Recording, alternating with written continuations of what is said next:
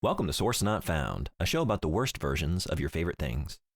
Every other week, we explore an IP, franchise, or fandom by way of its sequels, spin-offs, and side projects. Basically anything but the source material.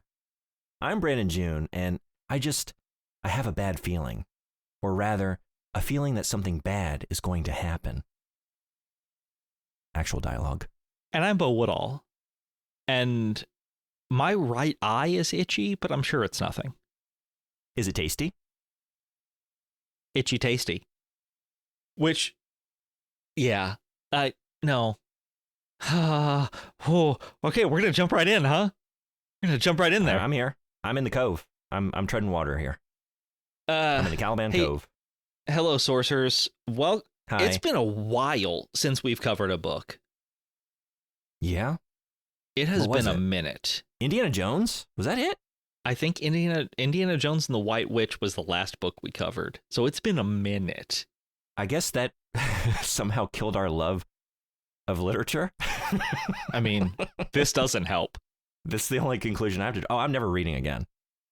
I'm done with books. Yeah, this one hurt. I'm going full on gamer. Yep. Hey, sorcerers.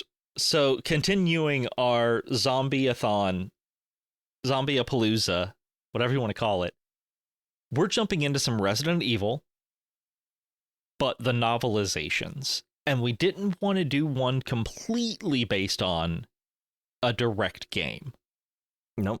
Been there, done that. Got the. I mean, not t-shirt, but like the alternative costumes. Right. Away for the definitely. Yeah. Like Leon in the gangster outfit with the Tommy gun. Oh, yeah, shit. that's a good looking outfit. The sunglasses. We did the looking good. second book in the Resident Evil novelization series. This book is by S.D. Perry, and it's called Caliban Cove. And the first book to be an original story, not an adaptation of a game. Yeah. And, the title is adapted a game. Really Shakespearean, the prose a little less so. Math boy numbers coming at you real fast. Oh, hell yeah. This book was first published January 1, 1998. Wow. Okay. So this book is almost 30 Oof. at time of recording. I didn't expect it to have hit that early because I had dabbled in some of the Resident Evil books when I was a kid, and Caliban Cove, I must have missed it completely. I don't remember ever seeing this. Well, that's because it's only 256 pages. And it's easy to miss on the shelf, just a nice slim little volume. And 20 of those pages are ads for Resident Evil or like table of contents shit. This book, prose-wise, story-wise, is like 215 pages. It is two Goosebumps books put together. Oh, man. And one of the Goosebumps books is just like getting the team together in like exposition. Like that is like a third of the book. Yeah. At least. Nothing happens. Which honestly, in this story. No, there's just fucking nothing. So before we jump into the story. For you. Zero interesting things. Before we jump into the story, I pulled these numbers from Goodreads. Okay. A 3.67 out of 5. Too high. With 5,511 ratings. And almost 300 reviews. This is where I need to post a review and complain about the score being too high and then give it a 4 out of 5. Yeah, that sounds like what we're reviews. used to. Yeah. So, back of the book. Mm-hmm. Tell me if you would read this. I mean, you already had to, but if you went into a bookstore, brick and mortar bookstore, circa 1998, so we're talking a Walden Books, a B. Dalton, a Books A Million.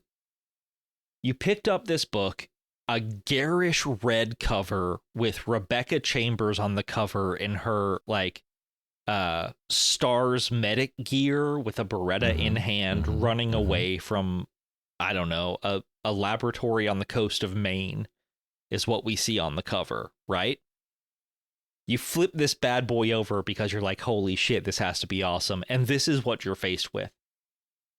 In the aftermath of their ordeal through the Umbrella Corporation's genetic research facility, the surviving members of the Special Tactics and Rescue Squad, STARS, attempt to warn the world about the conspiracy to create terrifying biological weapons. But the conspiracy is far from dead, as the STARS team learn when they are declared outlaws by the very people who trained them. Forced to go underground, the STARS resolve to battle the conspiracy on their own, determined to seek out and stop Umbrella's experiments wherever they may be. This isn't the book yet. Combat medic and biochemist Rebecca Chambers, the sole survivor of Bravo Team, joins a new STAR strike force when rumor comes of another Umbrella experiment. Hidden beneath the rocky cliffs of Caliban Cove, Maine, someone is building an army of the undead. Within a sinister lighthouse, through a complex maze of sea caves, inside the shell of a sunken shipwreck, the STARS must battle more unspeakable horrors and stop a madman from unleashing the biohazard upon the world. But the STARS may never get the chance, as the aggressive DNA-altering virus Umbrella has engineered to create its living weapons begins to infect them. Holy shit, Shipwreck in Caliban Cove? Is this Resident Evil or the latest Dirk Pitt adventure? Dude, if Dirk Pitt showed up in this book, it would not have surprised me at all. Hi, how are you? I would have read that. Yeah, that sounds actually pretty badass. Actually, this is why I owned this book at a certain point in time in my life. I owned all of these books at a certain point in time in my life. Because there are 8 of them. Mm-hmm. What is the best one? Because, like, I have vague memories of a couple. But I know I didn't go through all of them. What are the heights? So the first one is just called The Umbrella Conspiracy, and it's basically just a novelization of the first video game. Mm-hmm. I think I remember enjoying the third book, which is the novelization of the second game, but it's like 430 pages, and it's called City of the Dead. Yeah. And if I remember correctly, it fucking slaps. All right. Should have read that. None of the other books released, maybe there are only 7. I'm thinking there may only be 7 now that I'm recalling. None of the other books are as hefty as City of the Dead, for good reason. Well, I was excited going in because, hey, a new original story. I don't have to like retread a tale I've seen. Like, I've played those original Resident Evil games so many goddamn times. Like, like, how excited could I possibly be to now read the same adventure? So you proposed this one, and I was excited. Like, okay, and Rebecca is a great character. She's fun to follow on a journey. Let's see what she gets into. And the answer is not very much. Not at all. Very much. Okay, yeah, this was my idea. And, most of the time when I bring something to play in our space, it's normally a bad movie that I love that you'll hate. Yeah. This may be the first time where I am genuinely disappointed in what I brought to the party. Like,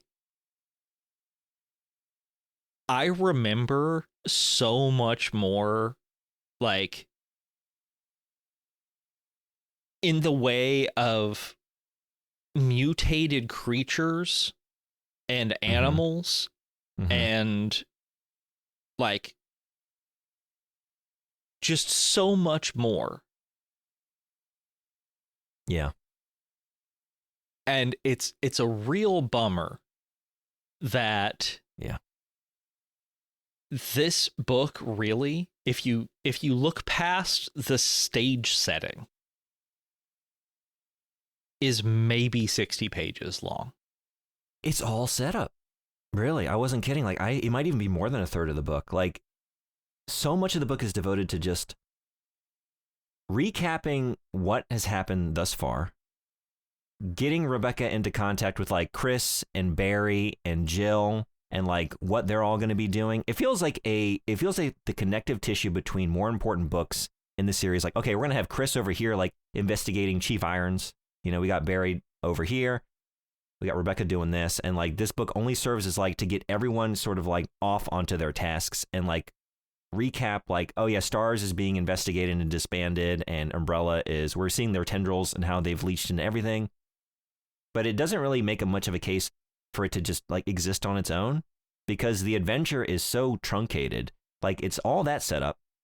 You're setting up these interactions between everyone's beloved original Resident Evil characters, and then we just leave them behind because Rebecca goes off on her own with this new team. So I think this is a very, very good point where I want to do a quick run through. Yeah. Because it won't take long. It will be quick. I was going to say, if I can probably do it in less than a paragraph, my guy. Any writer who can't sum up Caliban Cove in 6 words isn't worth their salt. Baby shoes for sale, never worn. Zombie plot hinted at, never told. That's pretty good. I was going to say,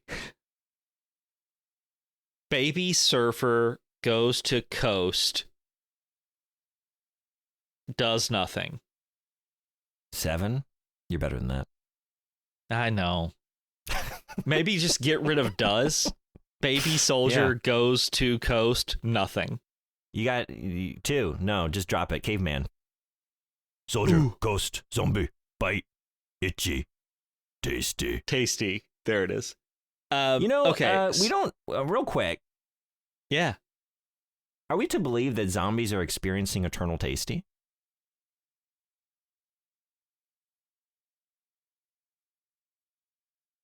Okay. It's the last conscious thought they seem to communicate. Can we put a pin in that? Because I honestly, I'm not kidding here. Yeah. I have a question that goes directly toward that thought. Let's circle back. Marinate on that for a little while. Yeah. Okay. I want to come right back to that after I do a quick run through. Rebecca gets contacted by Barry to meet everybody. This takes place like a couple weeks after the Res Evil 1. I think so, yeah. It's like the immediate fallout of like the Spencer Mansion exploding and yeah. The Stars, that Stars unit is basically blamed for everything. They are outcast and kind of fucked, really. Mm-hmm. Rebecca shows up. New guy is there. David Trapp, the section head of the Exeter main branch of Stars, and he is pissed that people are in Stars working for Umbrella, basically. Mm-hmm.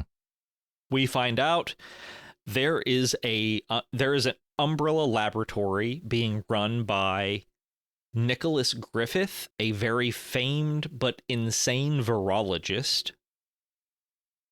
And David Trapp wants to put his Stars team along with Rebecca Chambers, who is a biomedical scientist at 18 3/4 years old. Mm-hmm. And they are going to infiltrate and try to get enough data to bring down Umbrella.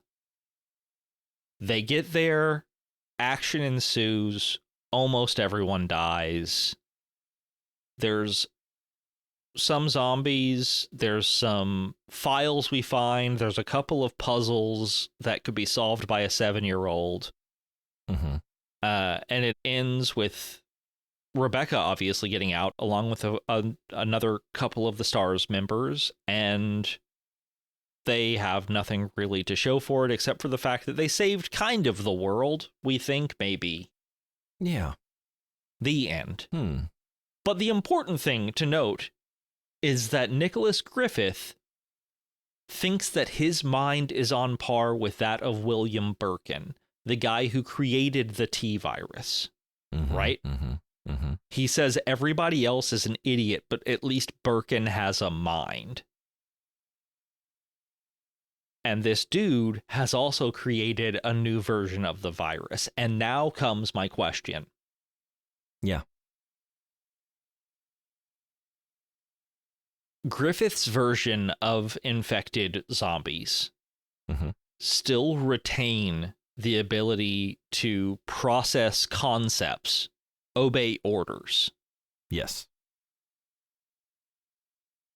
But he still considers that an offshoot of the T virus, which makes people decompose, become ravenous, and eat flesh. Mm-hmm. What do and why? Like, I understand that this was a mechanic for the novel. Like, hey, one, let's give zombies guns. Rad. It's Two, not rad. No, that's stupid. But it's like the kind of stupidity that could be rad, right? But it's not. It doesn't go full stupid.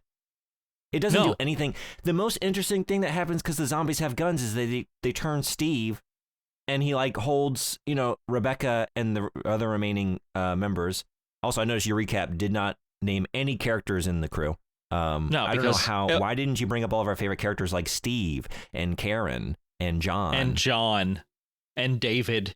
I did mention David. Yeah, they're all really memorable. It just holds him at gunpoint. Like, it doesn't do nothing cool happens. Well, so no, that's not the zombies I'm talking about. I'm talking about the the MA7s. Oh, okay. These are T-virus infected zombies Steve as well. Yeah, he's under the control. But of Griffith.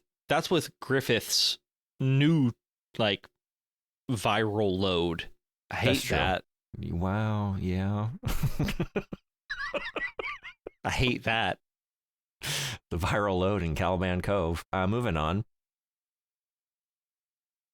Now I'm going to be stuck on this for a second. If you just give me a few. Hang on. I'll jump in here. So, Eternal Tasty. How do we feel about that? Don't mix that with viral load. God damn. This is why. Stop. Okay. Unsubscribe to this show.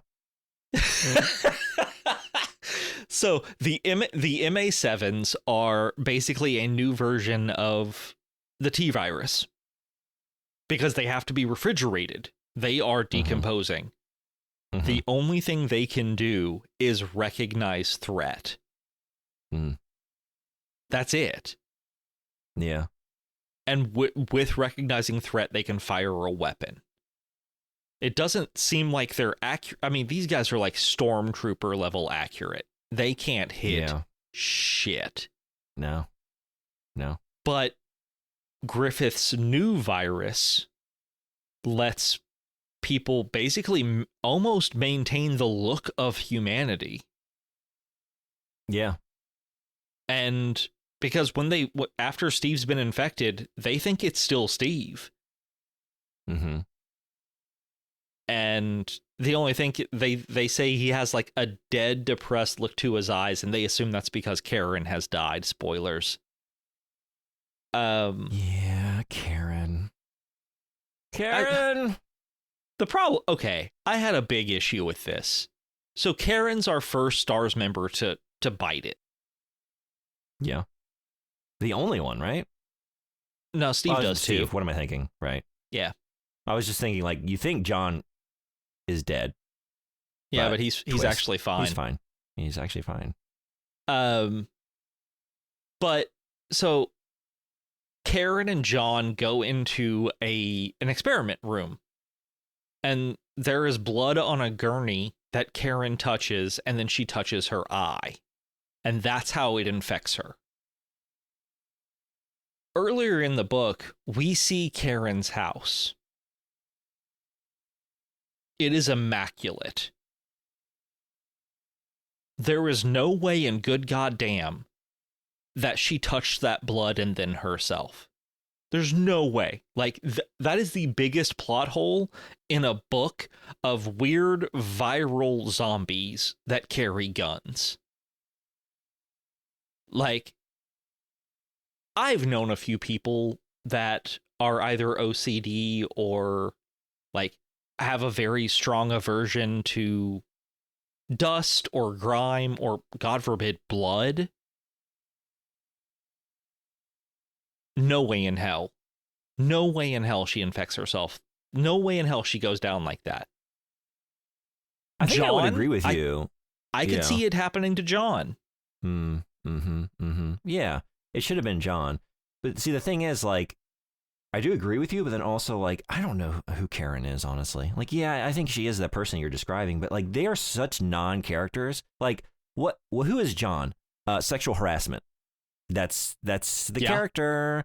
Yeah. Hey, who is Karen? Response to sexual harassment. Who is Steve? We do get a little bit. We get a little bit of her, like, daddy issues. She keeps a grenade on her person. That's the biggest fucking Chekhov's grenade that's ever been. She is the most well-developed character outside of Rebecca in the book, I would say. So, the only one that's kind of halfway compelling. This is something that S.D. Perry does, and as much as I hate to say it, I think S.D. Perry most of the time does it well, and that everything is written from third person, right? There's no real like deviation from that. S.D. Perry likes to write chapters from different perspectives, so you get a little bit of clarity on the different characters that create this motley crew. It was a weird choice. Yes, it is.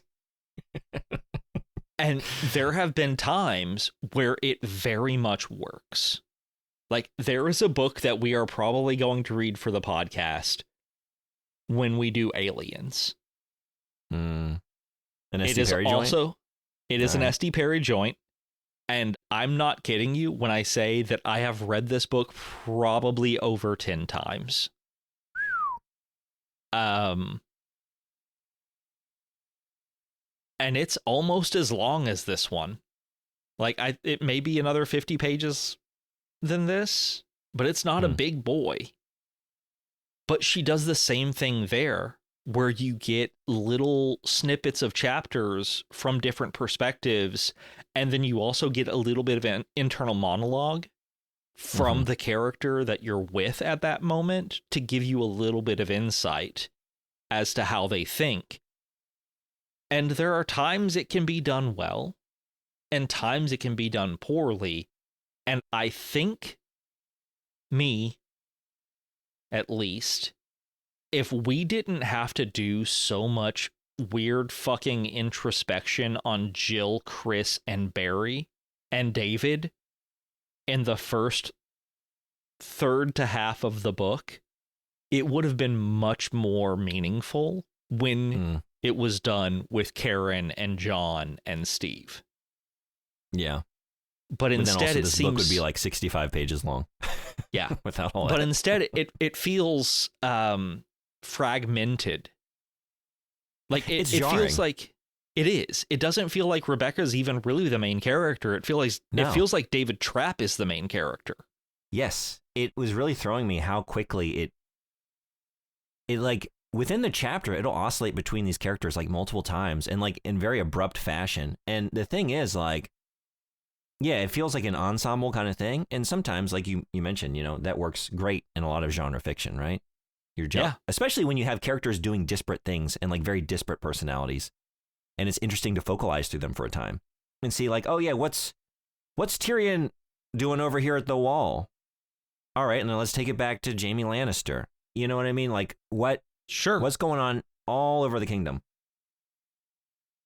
This is literally like you do an ensemble cast with like henchmen, a bunch of henchmen, like it, because they're just non-personalities. So we're just like going into the mind of different mercenaries on the mercenary crew. And so many of them have like so little to say about the world they're in. Or like there's nothing. Yeah. Can I toss something out to you? Yeah. Do you think this is written like one would watch a sitcom with 4 cameras?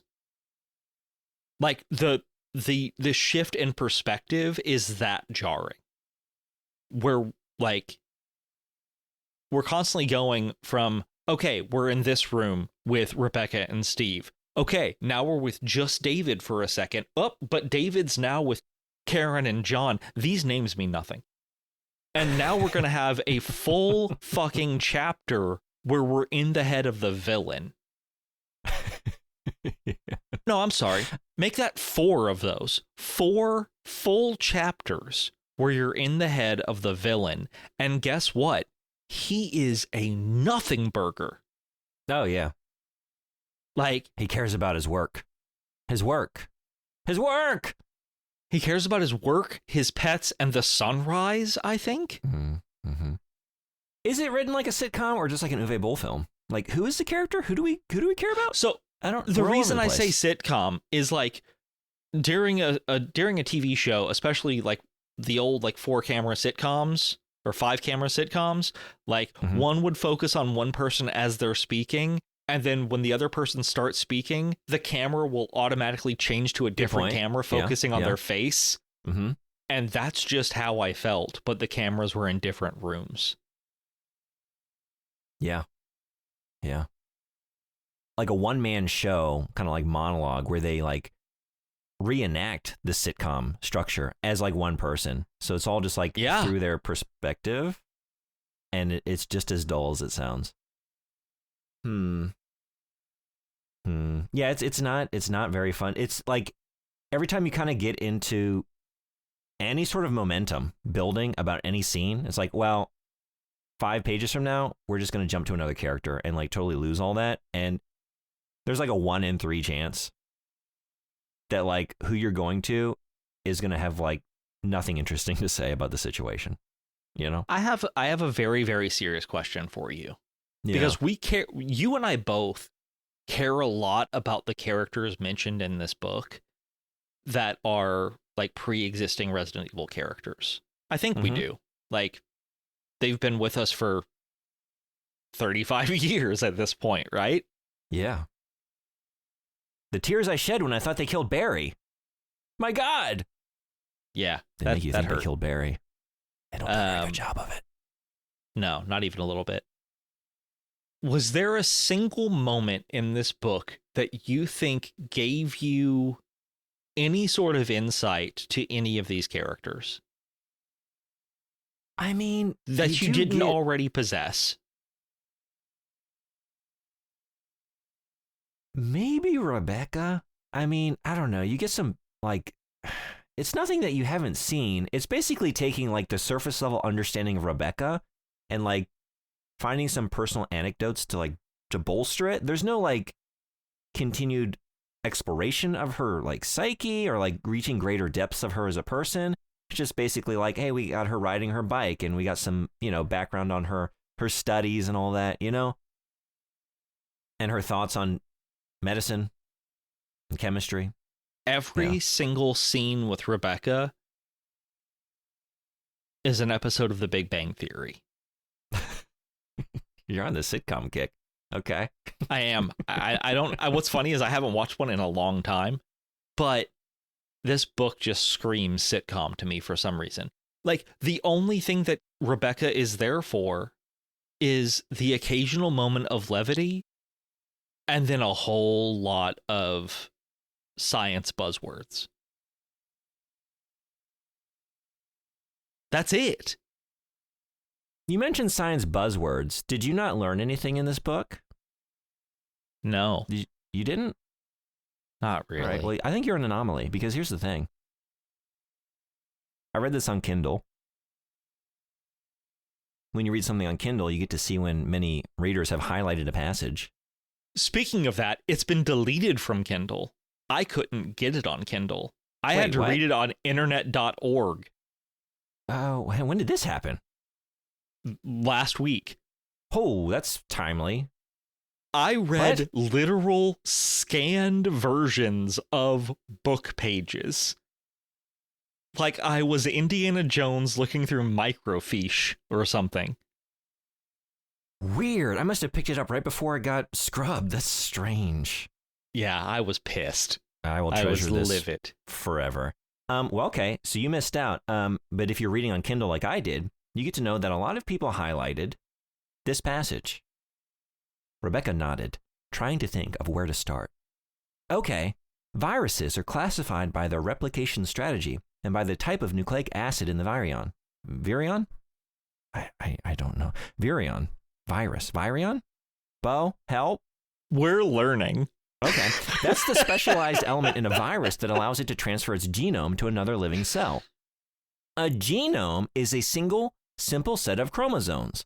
According to the Baltimore classification, there are 7 distinct types of viruses, and each group infects certain organisms in a certain way. End highlighted passage.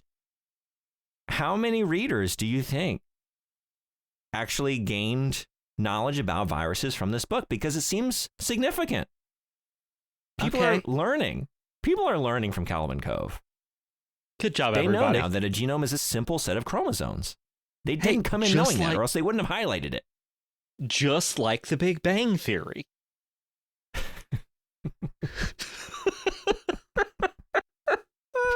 Our whole society was in a hot, ignorant state, but then 30-something years ago, S.D. Perry started writing. Wait. Okay, I don't know. Anyway, abandoned. That actually wasn't bad. There was one moment where I actually felt like I gained insight to a character that I enjoy, which is Chris Redfield. He's not my favorite character by any stretch of the imagination. It's Leon Kennedy all day, all night. But there is a moment where he approaches David Trapp after, I think, the shootout, and he actually sits down and he's like, hey, I just wanted to let you know that I wanted to apologize about the way I approached this entire situation initially. I think we're all on edge right now, and it's hard for me to trust anything right now, but you seem like a good enough guy, sort of thing.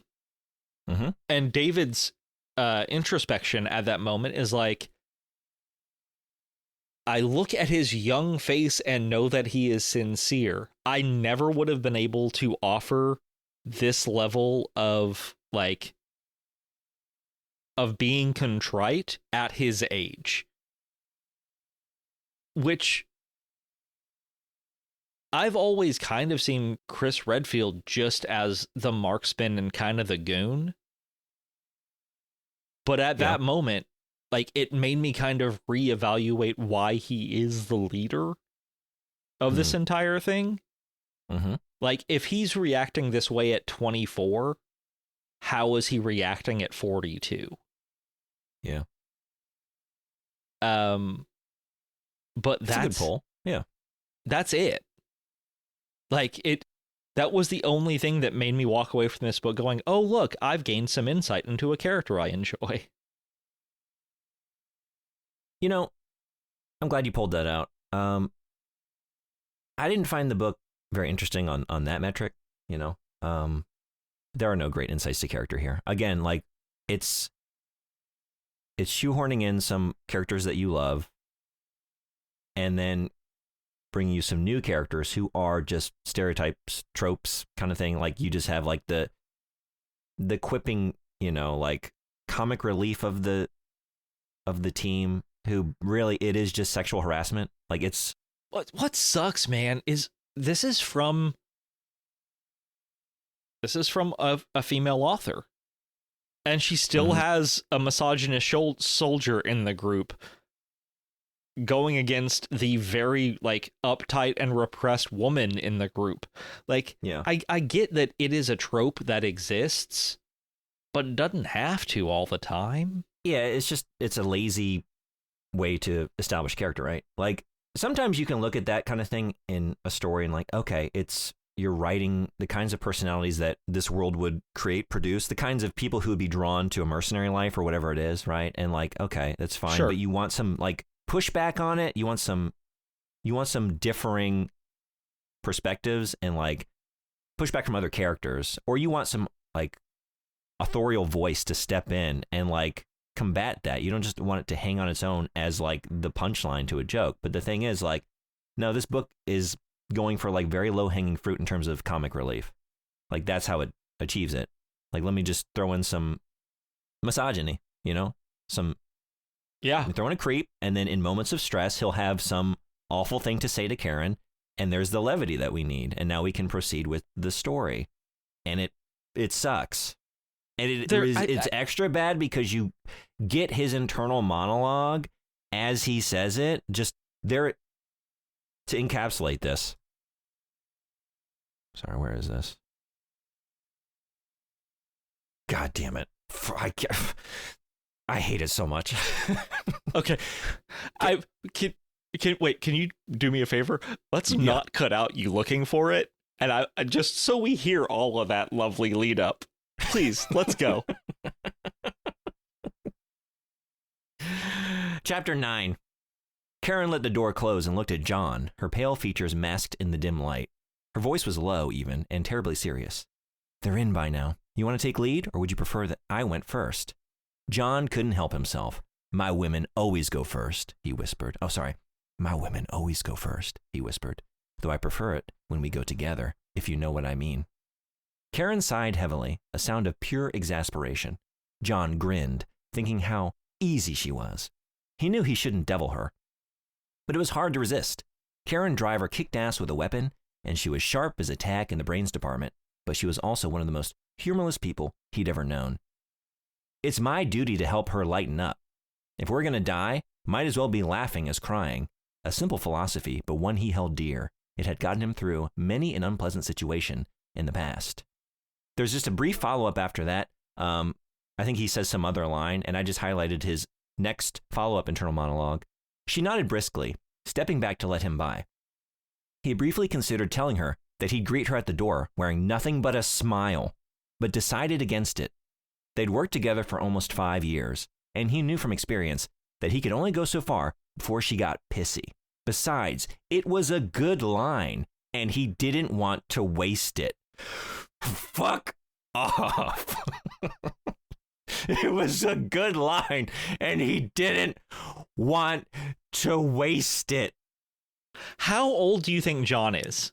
How old do you think these STARS members are? 84. Wait, really? Because he reminds me of like stories of George H.W. Bush when he would when that came out about him doing that fucking David Copperfield line when he was doing all his sexual harassment. Like, he got away with this shit 50 years ago, and he's using the same line. He's 84 years old. So, okay. I don't know. We know Steve is 20. We know Steve is 22. Yeah. We know David Trapp is like 35 as their leader. So we can only assume that these cats are under 30 years old. I don't know if you've talked to a lot of like... Yeah. I don't know if you've talked to a lot. Well, then at the oldest, he's 27. Yeah, I'm thinking like at the cusp of 30, maybe. Have you talked to a lot of like under 30-year-olds lately? It sucks, dude. Teacher, hello. Hi. Yeah, but yours are like, your kids are like 7, 8, and 9, right? Oh, you're talking about adults? Yeah, I'm talking about people we're supposed to have real conversations with. I guess I do talk to a lot of them on Twitch. I don't really know how old everyone is a lot of the time, but sometimes you can intuit things. But oh, okay. Well, so those are probably like-minded people who aren't giant pains in the ass. John would not be allowed in my community. Immediate ban. Fuck off. Go hang out on Asmongold's channel. Jesus Christ. Get out of here. So I was reading that, and part of me was thinking, one, why is he showing restraint now? And two, this doesn't happen till later. This is some like kindergarten playground, like teasing bullshit, right? Yeah. This is like run up, pull your pigtail and run away saying, I love you sort of situation. Yeah. Because when Karen gets infected, John is inconsolable. Mm-hmm. 5 years. Long time. She's been dealing with this shit for 5 years. Can you imagine? Can you imagine? Can you imagine the things he said in the last 5 years? If he thinks this is a good line, they can't all be winners. Imagine the things he said that like he and if he has any sort of like self, like I don't know, does he have any level of introspection? I don't think so. Well, but if he did, so hang on, yeah. Question: They do have a moment of chemistry. The two of them. It's in that chapter because they're in a biolab, Bo. Because they're in a biolab.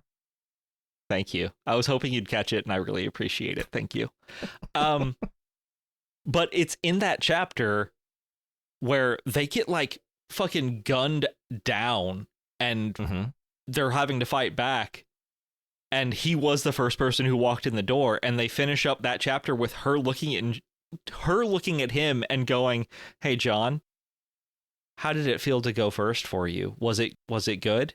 Oh, yeah. Right. If that's the case, if they have that sort of banter, they have slept together probably, right? 5 years, if that banter exists constantly. Did you take that as like she tends to do this, or she finally had a retort after all these years?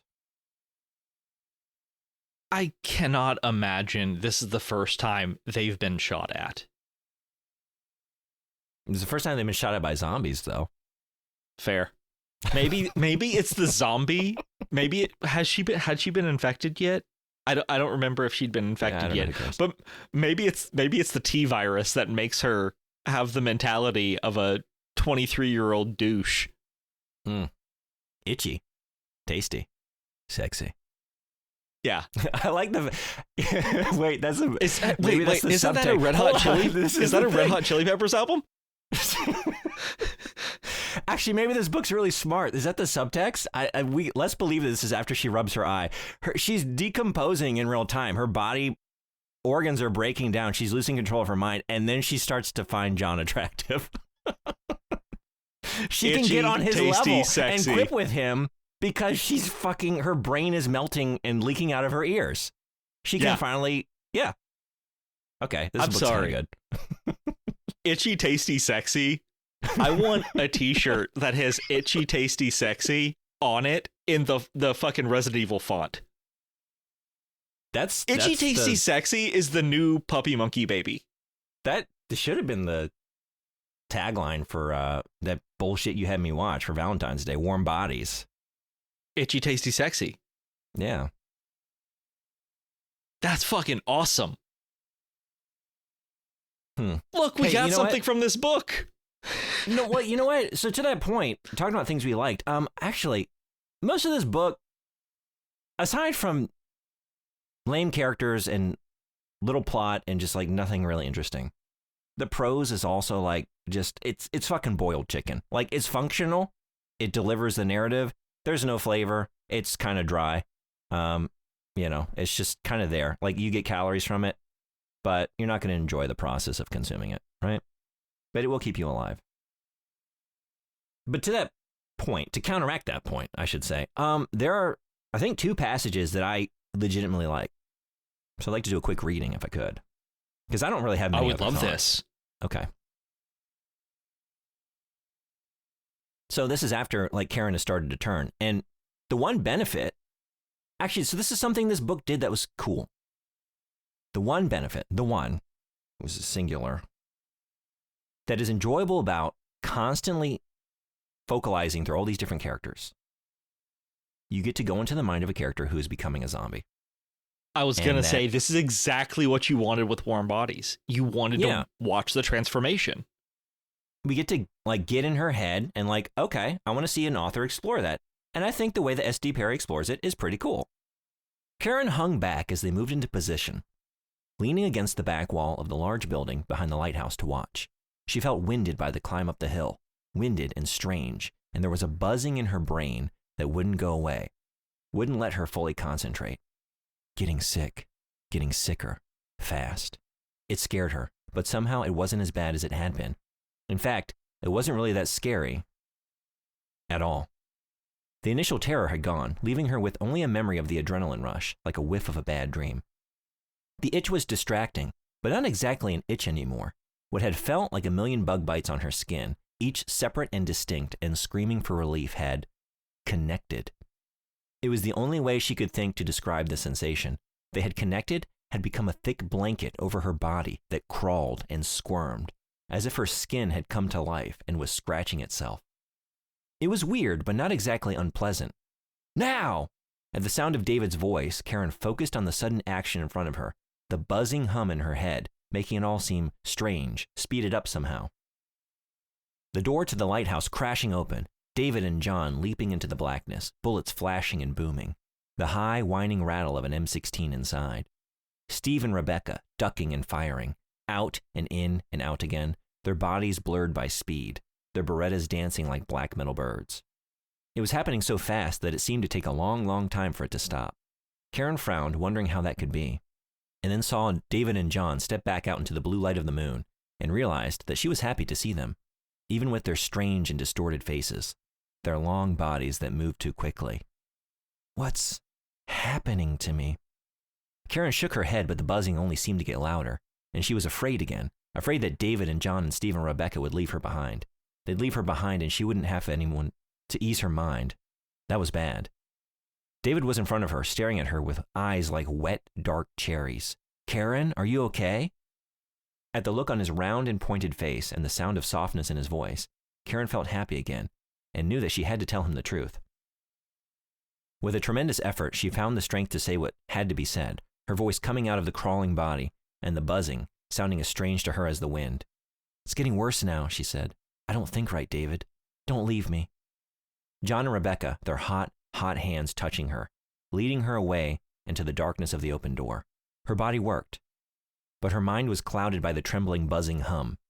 There were things she wanted to tell them, things that drifted through the cloud like flashes of pretty pictures, but the building they moved her to was dark and hot, and there was a body on the floor holding a rifle. His face, she could see.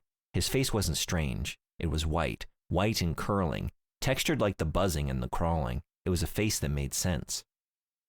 I got the door, Steve said, looking up and grinning white teeth. 135. There was a keypad next to an open hole, stairs leading down, and Steve's teeth disappeared, his flat face wrinkling. Karen, we have to hurry. Hang on, baby, hang on, we'll be there soon. Karen let them help her, wondering why their faces looked so strange, wondering why they smelled so hot and good. Okay, this is something that I thought I also loved this passage and was going to bring it up as well. There is something about describing human physicality with base shapes. Yeah. That is so unnerving. Yeah, the white teeth. The round and pointed face. Yep. That is such a weird descriptor that makes you automatically unsettled. And there are moments where S.D. Perry shines. And this is a passage where S.D. Perry shines. It makes me feel so uncomfortable hearing how Karen is perceiving her friends and their hot hands. Yeah. There's eyes that look like dark pages. Cherries. Yeah, I like that. That's a very good descriptive line. There's a couple of silly images in there, but overall, like, there's a reason I just had to roll through like 3 pages there. I like that a lot. There's some very good images in that. And it reminds me, reading that passage, I stepped back in time to the very first time I got drunk as a teenager. And like, it was like reading my experience of like my body starts to buzz. I feel very disoriented. I feel like dissociated with who I am. I'm like perceiving things around me in a weird new way.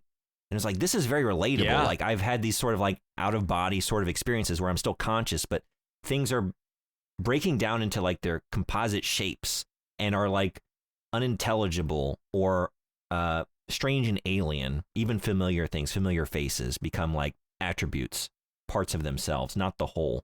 And like the whole time, like getting more and more distanced from my like control of my faculties. And like, that's just a very cool way to write the breakdown of your faculties as you become a zombie. I thought it was very well done. I really liked it. Yeah. The only thing I kind of wish she would have done is give us a little bit more about the breakdown of cognition. Like, maybe she can hear what David or John are saying, but she can't understand the words. And then, like, a single line of her saying something like, I can taste them I can taste their sweat, or like anything about engaging the other senses, because when it comes to what she can see and what she can smell, Karen is given everything in this passage. It is really, really good.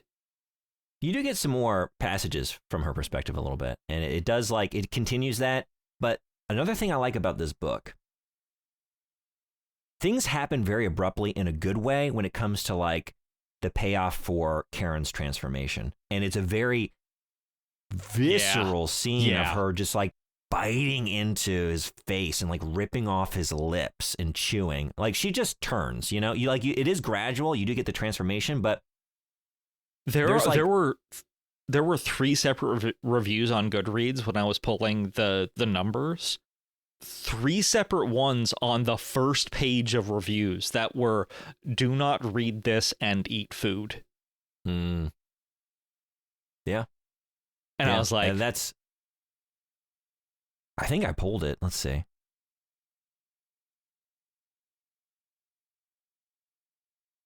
Thurman grinned even as the woman lunged forward again, managing to snag his protruding lower lip. With a wet, tearing sound, the lip ripped away, exposing an even wider grin. Blood gushed. The woman chewed. Amazing. Absolutely breathtaking. The young man was quivering, his deep tan undershot with a sickly pallor. He didn't seem to appreciate what he was seeing, and Griffith realized that he probably wouldn't. The woman must have been a friend. Too bad. Pearls before swine. Alan, take hold of our young man and hold him tightly. The youth didn't struggle, too absorbed in the apparent horror that he was experiencing.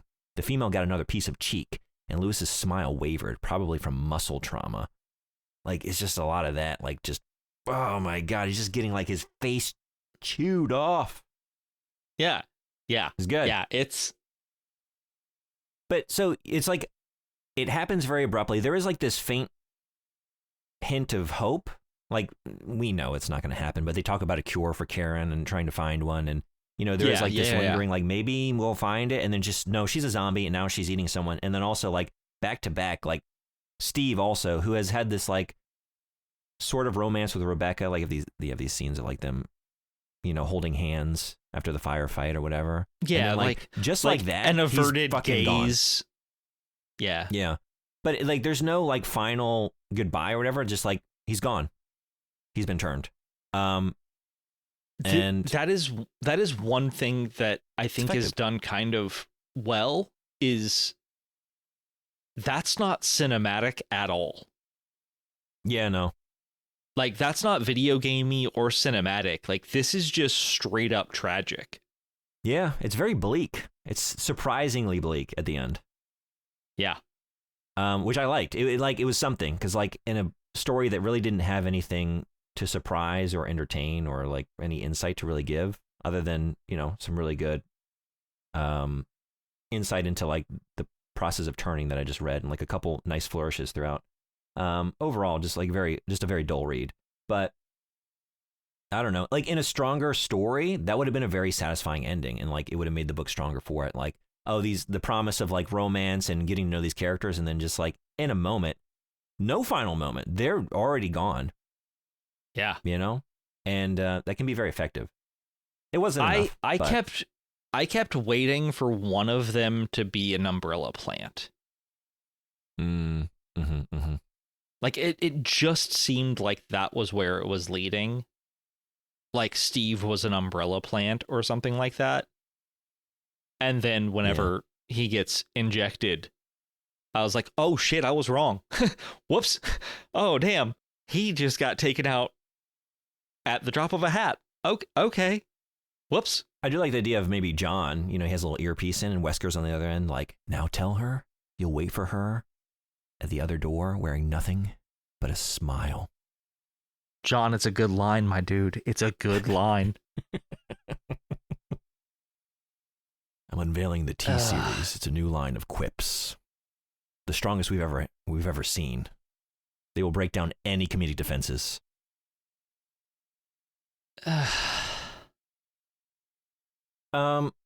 Okay. John was a bummer. You mentioned Goodreads. Huh? So John was a bummer, man. Book was a bummer. Mention Goodreads. I thought about getting some book reviews like I do with IMDb reviews. I scrolled through for a while, like just there wasn't a lot of fun, but here's one that I think sums it up pretty nicely.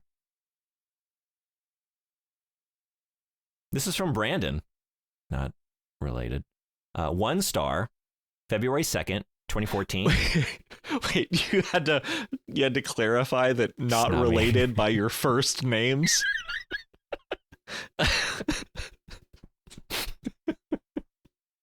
That's how names work, right? That's how relation works, right? where there's a hive mind. Do you find this with other bows that you all can like link up in the Jungian unconscious and Hi, I'm Bo Woodall. This is Bo Jackson. No relation. Do you find you have that with BOs as well as like BEAUs? Man, the amount of misspellings and mispronunciations I get with my name at this point in time in my life, it like water off the back of a duck, man. That's how I am with my last name. Just no one gets. I have friends I've had since fucking middle and high school that I still like hang out with and talk to regularly, and like they will get it wrong. Yeah, of course. Yeah. It's not me. That's kind of what I meant to say. This isn't me. But also not related. February 2nd, 2014, the only book I ever quit in the middle of reading twice. Awesome. It's not that long. You can knock it out in an afternoon and still have time left over. I was going to say fucking Aliens or whatever the one Bo likes is. No shit. I read this book today. Get the fuck out of here. Okay. You went to work today, right? Uh-huh. And we recorded at what is like 7 p.m. your time when we started? Yeah, something like that. All right. So just over dinner. Kinda. That's awesome. Yeah, it's very quick. So that I did like, it was merciful in that regard. But yeah, yep. I wanted to quit twice, maybe more. But yeah. Okay, so hey, to just circle back, because we put a pin in it. Do zombies experience eternal tasty? Are we to assume that a zombie is experiencing eternal tasty? Like, as much as they're able to perceive, just tasty at all times? So the reason I asked to put a pin in it is the difference in T-virus zombies and Griffith zombies. Yeah. Are Griffith's zombies? Because we don't know how much they deteriorate physically, and it just seems like their like independent thought has been removed. Yeah. Like I feel like that would be so much easier to quote unquote cure. Like you could bring Steve back, maybe. It's not quite, but it's kind of like the equivalent of like a daywalker or something like that. When you're like you're part vampire or whatever, you have attributes, but you're not full on the thing. So I don't think they're zombies, but day shufflers. Oh, so like the T-virus zombies are bonies, and God damn it. And the Griffith zombies are corpses. Don't anyone in here, like, hello listeners, hi. Thanks for continuing to be here. If you're not in the Patreon, the rage on your face when I said bonies. Do not come. Do not. You don't have to listen to another bow pick. You've ruined my month. You made me watch that fucking bullshit Warm Bodies. I don't. Oh, man. I don't want to talk about it anymore. I'm posing I'm trying to get away from the bullshit that you had me. I'm trying to get away from the media. I thought you were going to reach through my screen for a second. I am. Oh, Christ, that was awesome. The audio show, I am gesturing out towards the web camera, like trying to grab it. Itchy, tasty, sexy, baby. Itchy, tasty, sexy. Do zombies, regular zombies, do they have the experience? Like, do you think that they perceive yummy, tasty like in eternity. It's the last thoughts, like the last conscious thoughts they have. Do you think that they just, I guess what I'm driving at, here's my real question. If we accept eternal tasty, then we have to accept eternal itchy. Yeah? Right. So just they're shuffling around feeling itchy and tasty all the time. It's just like the two things that they understand. Oh, I don't think they feel tasty. I think they crave tasty. Because even Karen says, like, I am itchy everywhere, basically. But why do they smell so hot and good? Yeah. So like they are the tasty. So like when they're chewing on stuff, like tasty, tasty, tasty, tasty, itchy, itchy, itchy, right? Do we think that maybe the tasty overcomes the itchy? Well, this is why, and you've really just fought me every inch of the way. I wanted to pose a question to you. A philosophical exercise, if you will, perhaps. It's not very deep. Sure. Would you accept eternal tasty at the expense of eternal itchy?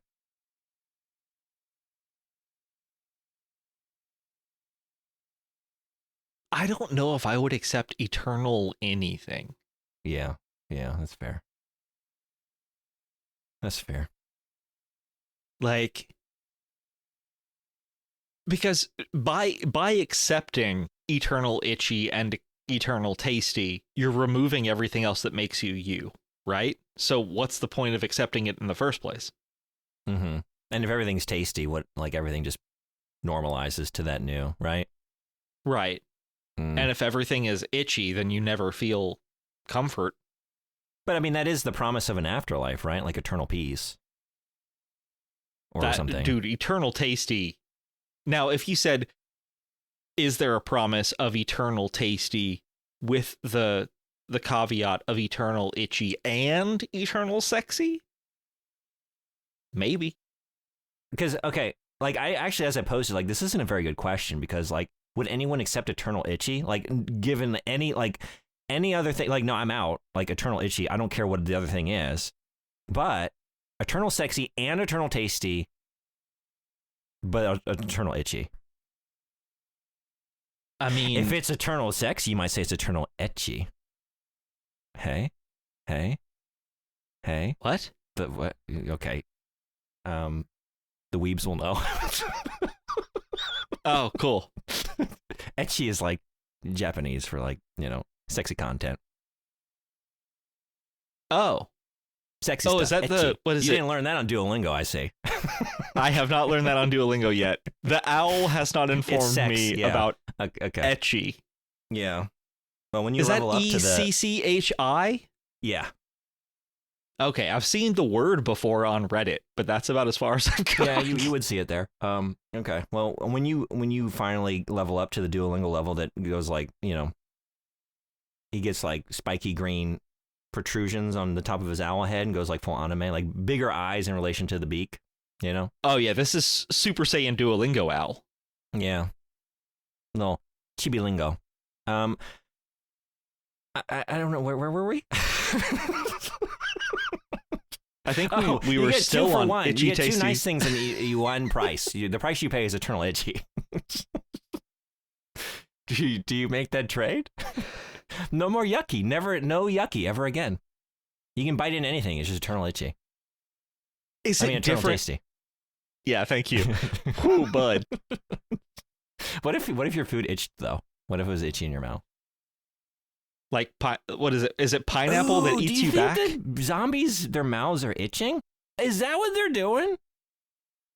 The inside of their mouth is so itchy, and they're like biting into things to like thinking like chewing some substance will scratch the itch like inside their cheeks and like in their teeth. Like it's just itchy. They gotta like bite into something because their mouth is so itchy. Hey, bud, this is an audio format. They can't see the faces you're making. What faces are you talking about? He's telling stories. He thinks he can get away with it because it's a podcast. He can just tell lies. It's not live. Uh-huh. Yeah. Yeah. Yeah. Okay. You fought me the whole way to get to this question. Karma. Well, karma is yeah. a bitch. Yeah. If you take the itchy for the tasty and sexy, that means you don't decompose. You stay sexy, right? Which is great. Or maybe you're only sexing the eyes of the warm bodies beholder who is into that kind of thing. I don't know. Sure. But I'm with you. But do you have different types of tasty, or is it one tasty? Yeah. Well, because here's the thing, like, if it's not eternal tasty, I was also wondering about, like, is there yucky? Do zombies know yucky when they bite into something that's not brains? They think it's brains, but it's not. Like, yucky. It's just hair. Yeah. Well, I was thinking something that you could more easily mistake for brains, but I guess a pile of hair. Like, yeah. Well, no, they go for the head and they try to get the brains, but instead they just get a mouthful of hair. That's what you meant? I thought you meant like they attacked someone in like a barber shop and there was just like a lot of, piles of hair. Like they attacked like loose hair during business. The zombies during business. The zombie outbreak happens in the middle of the day. They crash in through the front facade. So they go for a swept up pile of loose hair. They stumble, they like the barber gets them with the shears in the neck and they go down chomping and they just end up like the mouth chomps onto the pile of hair at the base of the barber chair and they accidentally get a mouthful of hair and itchy yucky. That is both itchy and yucky, yes. That's not nice. It's not a nice sensation. That is a very specific example of what would happen to be itchy and yucky. You absolute madman. Sounds like I have a whole S.T. Perry's novels worth of content here. Doesn't take much. I cannot wait.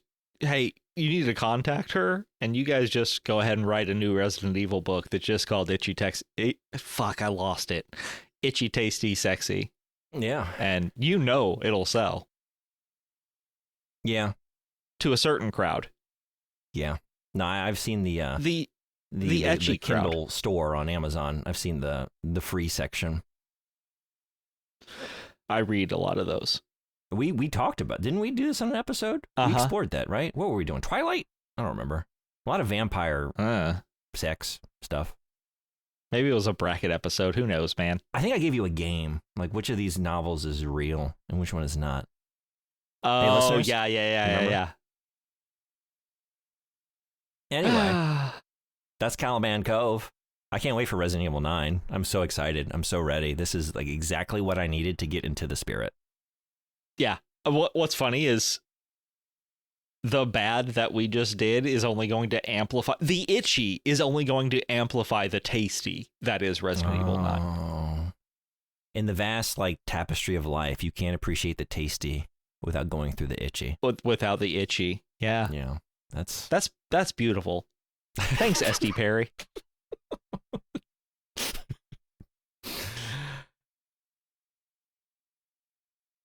That's all I got. Yep. Okay. Well, I mean, honestly, ending it with that little a hopeful note. Yeah.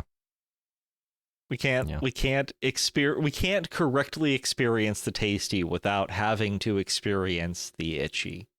Yeah. And then there's also the sexy. Well, yeah, I don't know that. What doesn't itchy makes you sexier. What doesn't itchy makes you hairs tasty? Worth 2 in the bush. No, wait. Oh, no. No, never mind. What? Win in Raccoon City. Do as the Raccoon Cities do. And apparently, no, I can't even say. And just don't put all your brains in one basket is all I'm saying. Eat a loose pile of bush hair. That's not what I said. It wasn't much better, but I didn't say that. That was effectively what you said. That was basically what you said. Yeah, I feel like you're hearing what you want to hear. Hey guys, check. No, just stay itchy, tasty, and sexy. We didn't. Yeah, it's Patreon. Thank you, patrons who pay us. Fuck. Sorry, guys. I was stuck with Brandon talking about bushes and stuff. So just real quick, so shout out to the enabler bracket. We appreciate everything you do. Thank you so much to 13th Horseman, Frederick Fever Warhog, Susie Daggs, Joey Bishop, and Jacob Smendell. Friendship. And as always, you can find us on all those lovely social medias. We are on the Facebooks, Blue Sky, Instagram, YouTube, where you can catch an entire backlog of all of our audio episodes, along with the video content of Brando playing games that we have covered on this show that he played over on Twitch. Brando, Jankuary is over.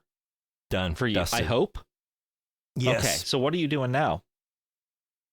Little game. You might not have heard this one, but I'm playing the series. It's called Resident Evil. You might know it by its Vaguely Japanese familiar. name, Biohazard. Yeah, it's a game about being itchy, but then also finding the tasty along the way. Yeah, I'm playing Resident Evil, including Requiem, as soon as it drops. I think I get like a stream of it, and then I'll be off of Twitch for a little bit because I'm hanging out with you. Yeah, I'm heading to And Meatball Japan in a Lounge. couple of weeks. So you guys get to hear all about my travels come late March, early April. Hell yeah. Also, I'll be playing Requiem as soon as I get back. It'll be on my doorstep the day I arrive home. That's awesome. Yeah. Yeah. Can't wait. I'm so theme stoked. song. Also, like, I'm doing Fantasy Critic this year. I fucking got Resident Evil Requiem. Wait, what? Do you know, like, fantasy football kind of thing, but with Yeah. video games? Yeah, I'm on a fantasy team. So, like, we draft the games, and then when, like, the Metacritic score comes out. Yes. Yeah, I got Requiem. I got 007 First Light. I got Reanimal. I got Nitrogen Omega. It's pretty good. It's a pretty good team. I'm proud of it. Yeah, that's awesome. I'm so excited. Also, I'm so excited to talk about our theme song, which is done by the lovely St. Coelacanth. Check out all of his wonderful beats and tunes. Has been streaming a lot more recently on Twitch. So definitely, I'll throw that link down in the show notes as well. And check him out on YouTube. Lots of new material up. Always a good time. And we kind of already had an end of the episode before we remembered to have an end of the episode. I'm honestly kind of glad we don't end with bush hair this time. That's pretty good. We still could. No. No, I needed to do a callback because if you recall, I brought up former President George Herbert Walker Bush earlier in the episode with his awful sexual harassment, and so I was like, like reinforcing the Bush subtext throughout the show. Sure, Bush subtext. Dope.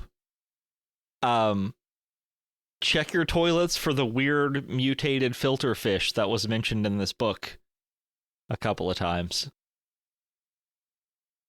Stay tasty. And itchy. And sexy.